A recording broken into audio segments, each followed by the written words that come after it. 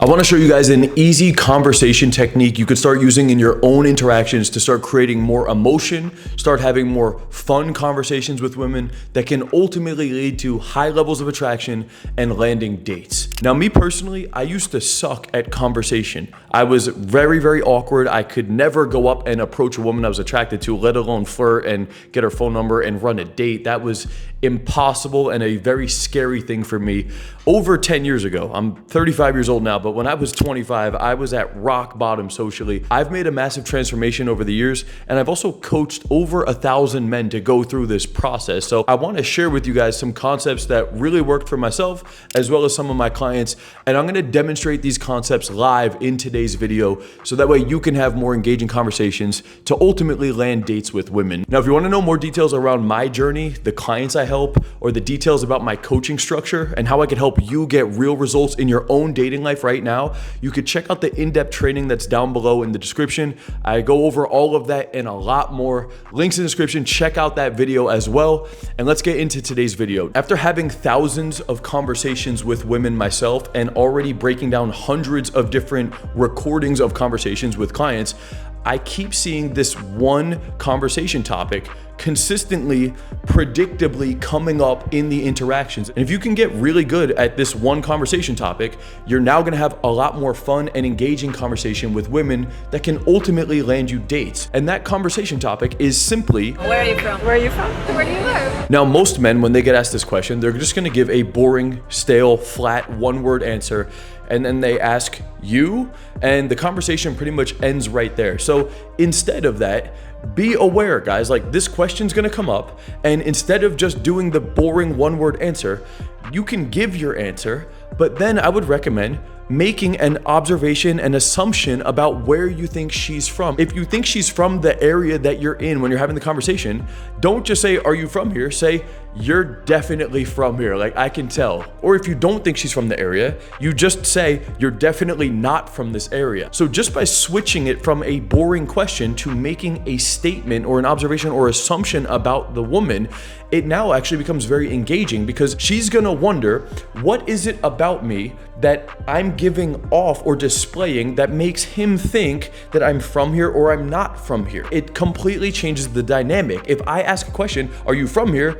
and then I just keep asking questions, it gives off this vibe that, okay, he's just trying to get to know me. But if I start making observations and statements and assumptions, there's a different dynamic that's created. The person wants to know why you think that. If I went up to you and I was like, "Dude, I could just tell you're totally not from here," even if you were from here, you'd be like, "No, I am." But you would be thinking like, what about me is displaying that I'm not from here? So it creates some sort of curiosity, and you could see why that's powerful. Where do you live?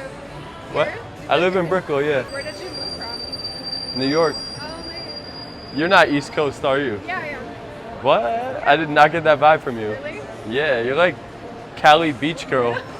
All the way. And that's exactly what I do in this interaction. You can't tell because the camera's blurred over her face for confidentiality, but really, when I'm looking at her, I just see a girl who looks like she spends most of her time chilling on the beach. She's has a nice, very fresh tan. She's got her nice little beach hair, and she's kind of wearing just like this cute little outfit. So she acts like and looks like, based on her skin color, her tan, the way she dresses, the way she walks, I've talked to enough women where she gives off this kind of Cali girl beach vibe. And so when she asks where I'm from, I could just say, "Yeah, I'm from New Jersey, actually," right? That's boring.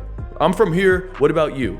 Instead, just make an assumption about where you think she's from. Is she from here? She's definitely from here, because I could just tell you, you got the stereotypical Miami outfit with the all green, and you got the blah, blah, blah, right? You elaborate on why. Or she's definitely not from here, like I showed in this clip right here. I'm saying you're definitely not from here. You got the little Cali beach girl vibe going on with the fresh tan. That is a much more flavorful answer, and it makes the conversation about the girl. We're trying to get off of this boring, logical resume exchange about, "I'm from here. Where are you from? I'm this old. How old are you? What do you do for work? How long you been doing that?" You can ask these questions in the conversation, but you don't want to only do that. You want to use that, and then you inject a little assumption. You inject a little tease. You make an observation. You disagree with her. You're what? You're not from there. There's no way. There's no way. Now, if you want to know more details around my journey, the clients I help, or the details about my coaching structure and how I can help you get real results in your own dating life right now, you could check out the in-depth training that's down below in the description. I go over all of that and a lot more. Links in the description. Check out that video as well. And the next question I often get asked from clients when I tell them to start doing this, they're like, well, what if my assumption is incorrect? What if I say that she's totally from there and she's not? Isn't that going to be weird? No, it's actually weird when you have boring, flat talk conversation and there's no emotion being provoked. So I'll even show you in this clip, I say that she's totally from Cali and gives this beach girl vibe, and she doesn't live anywhere near Cali, okay? She doesn't live close to a beach. She's actually in the complete opposite type of geographical area. I'm not gonna say where, again, for confidentiality, but it turns out she's literally in the middle of nowhere. And You're not East Coast, are you? Yeah, I am. What? I did not get that vibe from you. Really? Yeah, you're like Cali beach girl all the way. even though you might think, well, that's weird because I guessed this thing and it turns out she's completely not that thing, it's actually even more funny because I'm saying she has this beach girl vibe. It turns out she lives in somewhere in the completely away from the beach.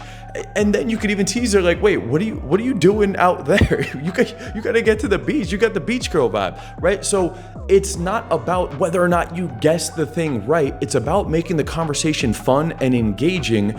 And the way that you do that is by not asking so many questions, but rather taking a simple question like, where are you from? And turning it into, well, what do I think her answer is gonna be about this thing?